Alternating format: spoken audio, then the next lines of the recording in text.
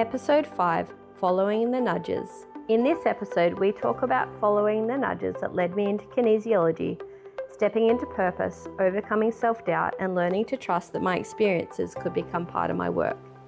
If you've ever felt called to do something bigger, but questioned whether you're ready, this conversation is for you. Joining me is my kinesiologist and intuitive healer, Bernadette O'Connor, who has walked beside me the past 3 years. This episode is dedicated to my dear friend Kristie, who continues to support and guide me every day in the most magical ways. So one of the most courageous things that you have done on your path, though you've done many, is deciding to study kinesiology, which has brought us to this conversation, kinesiologist to kinesiologist. Describe for us how you came to study kinesiology. It was a process. It was not something I ever thought I would do. Obviously, I was coming to you for help, and I still saw myself as the, healing version of myself. And I just started to follow the nudges, I think. So I must have reached out to someone through a form or something at some point, or just searched kinesiology courses. And then I got contacted by this lady in Sydney, and she said, "Hey, I'm just running a 3-hour self-healing course. Would you like to come?" And it was an immediate yes. Cool. But then I couldn't go. Oh, okay. The date conflicted with something else that I couldn't move, and I was so disappointed. And at that point I was like, I need to do this. The disappointment tells you something. Yeah. So I said, "Can you reach out again if you've got more dates coming up?" And the next one that came up I could go to, and I was straight there. Yeah. And I did that little 3-hour course. And at that time, it was really just for myself and for my son. And I just thought, well, if I can get some benefit out of this to help myself, then that's a great thing. So just give us an idea of when this was. So we're... end of 2024. And we're mid-2026. So 18 months ago. 18 months ago. Only 18 months ago. Yeah, I think it was the November 2024. Yeah. It's just a little 3-hour course, and it just opened my eyes to a different world that lit me up. So I walked out of there and I was like, what's next? Yeah. Cool. What can I do next? What can I actually do? And at that point I was like, oh, is this something I really want to do for other people, do on other people? Because I still had a lot of self-doubt. But it just kept leading me to that. And when did you tell me you were studying? Or not until after I'd done my first module. Yeah, kind of like trying to put it together. So I started my course in February 2025. And it wasn't until I think I sent you a picture of my manual my first module. I hadn't told you. Yeah. It's the best feeling when somebody, and I've had a couple of people who have gone into kinesiology, but after working with me, but it's the best feeling when people but take on their passion and to go, actually, this is what I've got from this, and now this is what I want to help other people do. Yep. So it was once you'd even started, was it still very clear? Yeah. This is what I'm meant to be doing. There wasn't back and forth doubt. Should I? Shouldn't I? I went and did, so the first module you can do as a standalone course, and that's your basics. And I kept saying to people, I'll just see how the first bit is. I knew that I was going to go ahead and do all of it, unless I really hated it. Yeah. I knew that I already loved it from that 3-hour little self-help course. So I was in, but I walked out of that first module just alive. Yeah. It lit me up in a way that I didn't expect. I remember my first module and the same type of thing. I'd stumbled into kinesiology, but sitting in that first module and my whole being, and I had no clue about any of this stuff back then, but my whole being went, oh, I know this. Yeah. And I didn't really consciously know energy, but my whole being was like, welcome home. And it was meant to be. Yeah. So you got to follow those clues. For sure. So once you started studying, and when we're studying, we have to do lots and lots of practice on fellow students and then on family and friends and friends of friends. What were some of the obstacles, the biggest obstacles you came up against when you were practicing on? It was just confidence. Yeah. So I knew how to do it. But there was also this like element of like, I don't want to be judged for being the hippie or being the woo-woo person when I come from such a grounded background. I'd never done anything health or spiritual related before, especially not for work. So it was very interesting stepping into that arena going, I don't belong here. Where everyone I was kind of studying with had done either like Reiki or they'd done kinesiology before, and I felt like... You were the virgin. I was the virgin too. I had not done Reiki. I probably hadn't even heard of Reiki. And it was just like, I'm in, and now suddenly I'm a hippie woo-woo. The interesting part was I had actually done Reiki 1. Like a year before, and I thought I was crap at it. Because I couldn't feel the energy. I mean, and this was when I was very numb and disconnected, so that makes sense, right? That does make sense. But I beat myself up over that. Because I'm not good enough? So I kind of expected that maybe the same thing would happen with kinesiology. It's like, well, what if I don't feel it? And it's like, well, you don't have to. It's a tool. And that's what I find like intriguing. Some clients will have massive big releases and things like that, but it's happening in their body, and just because you can't see it and it's not this big bang thing doesn't mean it's not doing anything. And the subtleness of people's processing, some people might walk out of a treatment and it'll be like, oh, nothing much has happened. And then, 3 days later, something happens. Something boom. Or 3 months later, and then life starts to change. And whether they put 2 and 2 together or not doesn't really matter.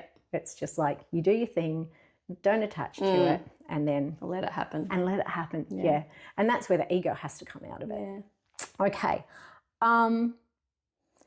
Being seen then as a different version of Jackie to the version that your family, your friends, your work colleagues had always seen you as this grounded graphic designer. She's a mum. She does all the things.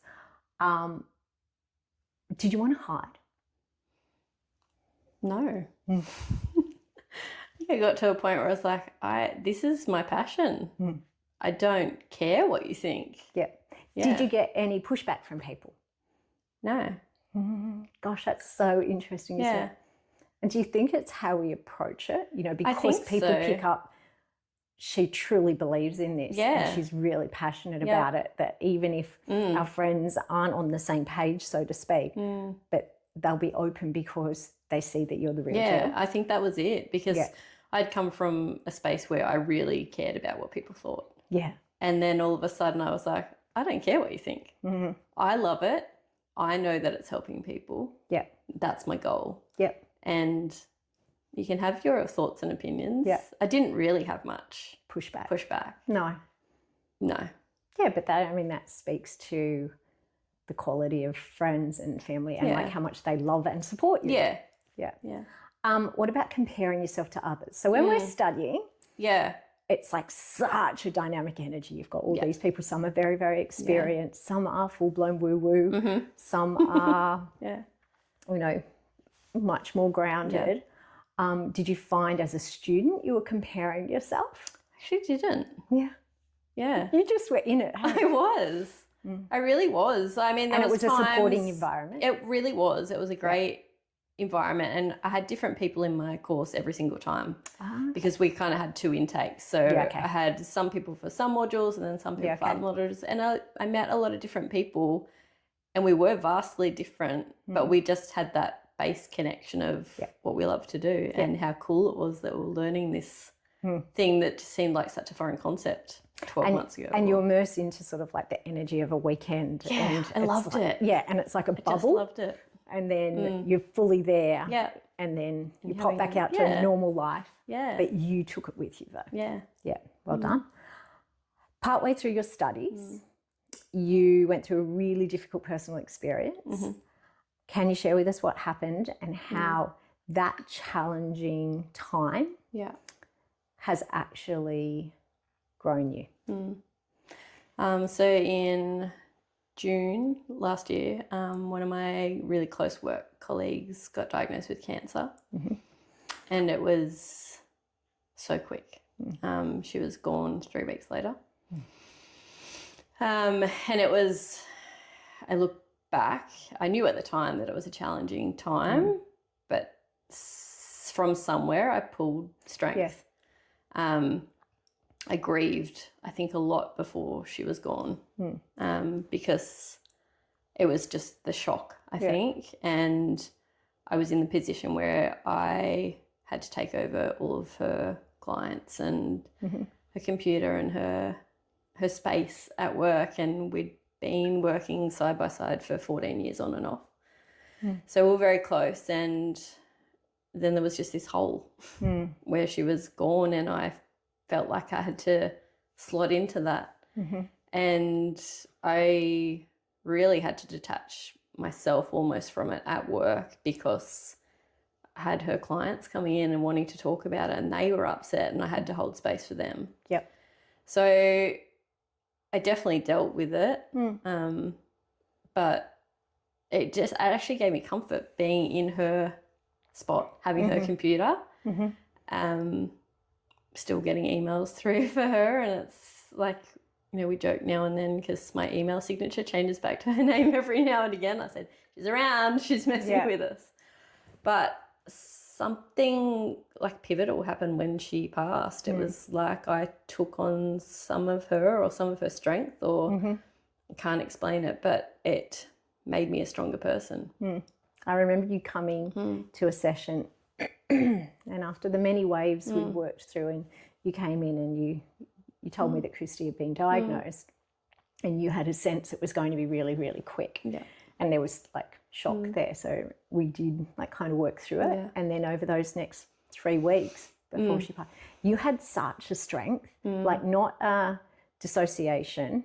It was like this real anchored strength for yourself, probably for everyone else at work and her family when you did go, and for Kristie. Yet you honoured the grief in your way. So is it really interesting that the ability to hold space, even though you're experiencing your own grief or emotions, is that a skill that you think you developed because of that experience? Yeah, I think so. I think prior to that, I had been very empathetic towards people, and that had drained my energy. And I noticed there was a difference between being able to hold space and it not sucking the life out of me.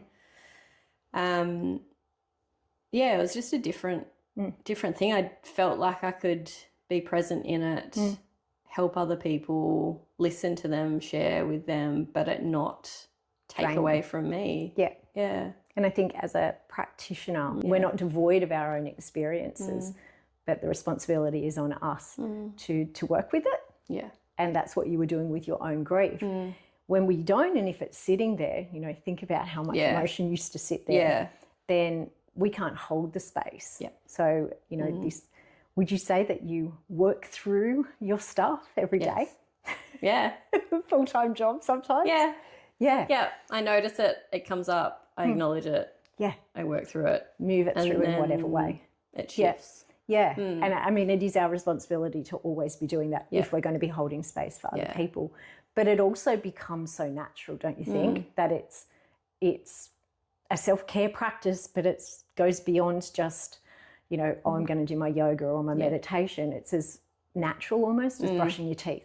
It's like, okay, I'm feeling something. What is it? Honour it. Let it move it through.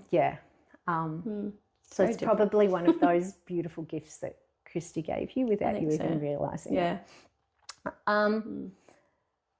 With Kristie's passing, did you find that your intuition started to really develop more?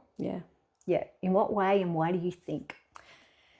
I don't know why. Like, I don't know. I guess I started to listen to it more. I could feel her around. I get signs all the time, like spiritual signs and stuff. I just knew it was her.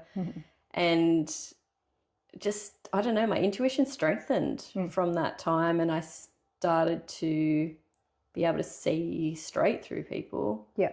And feel what felt good for me in where I was heading in life. So she was a great support teacher.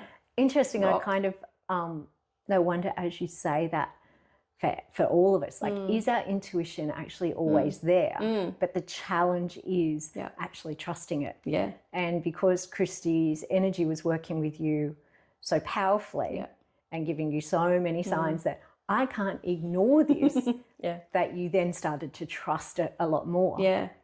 But perhaps it was always there all along. I think it was. I think we all have it. Yeah. It's a and sixth I sense. might have listened to it or like gone, yeah, I see you. I see what you're trying to say. And I'd ignore it. And I go, I'll just let this play out. But now I see things very quickly and I go, yeah, I'm done. Like, I don't want to experience that. if I know it's not going to be good. Yeah.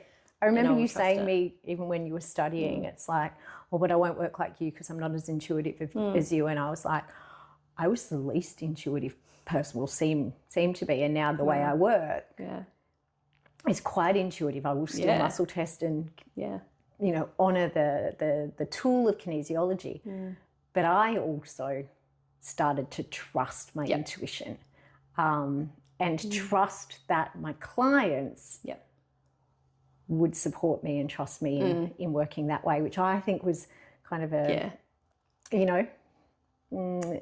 something I had to overcome as well. Yes. Because how are my clients going to respond to that? They're coming for muscle testing. And you're like, no, we're just doing go, intuition today. Actually, I can see what's going on with your throat. And they'll be like, oh my God. And I'm like going, oh my God, how did I know that? Yeah. But it's just through, and Kristie's such a beautiful teacher for you and continues to teach you. Oh, all the time. Yeah. So when you were studying, you're doing lots of practice sessions and having lots of practice sessions done on you. Yes. So how intense was that healing over the 10 months that you were studying? Yeah. It was really big. I hadn't really put the connection together of, I will get some healing out of this. Yeah. I just thought I was going to do it to help other people. Yeah. And I didn't really realise that having it done on me all the time, and I was going to you as well, and just being in that environment and doing a lot of work on myself at the same time, how much that would change me in that short space of time.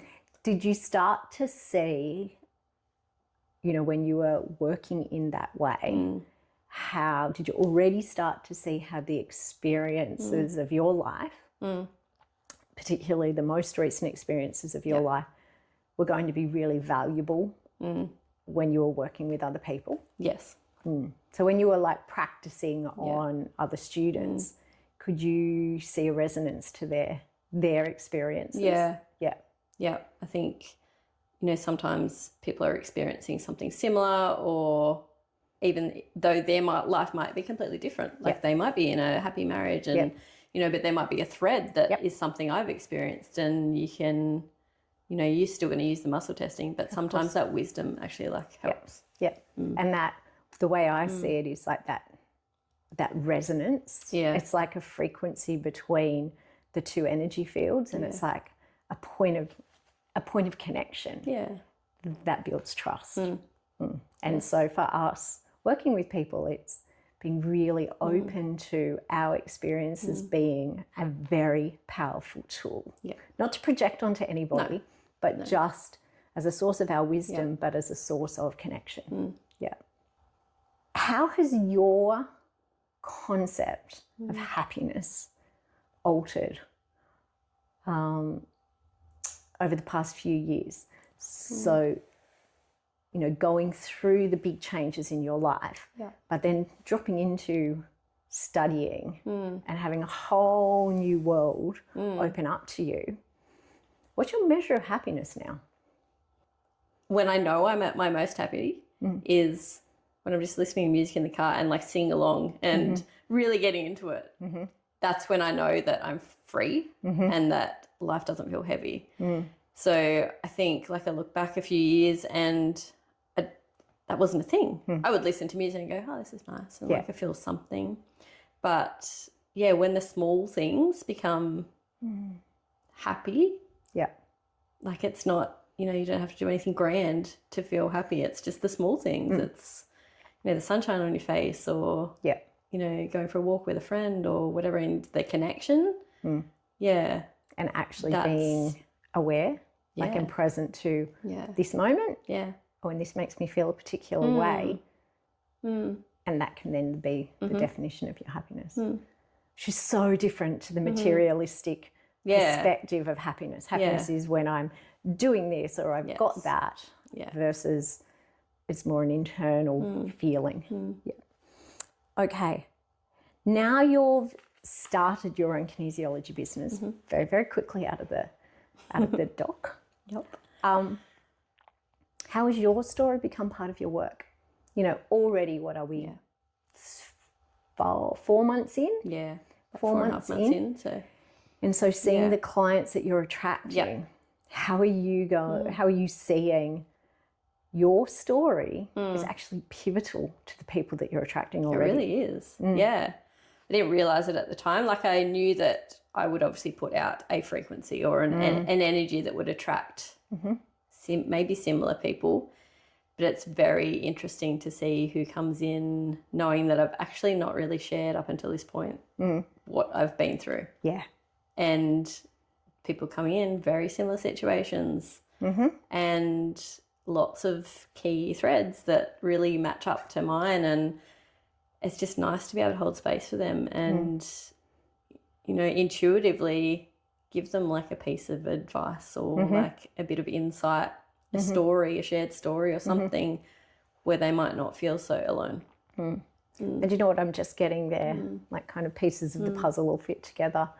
It's when there is that shared thread, you know, when you've walked that really tough path that somebody's walking, our heart space just opens. So we are filled with compassion.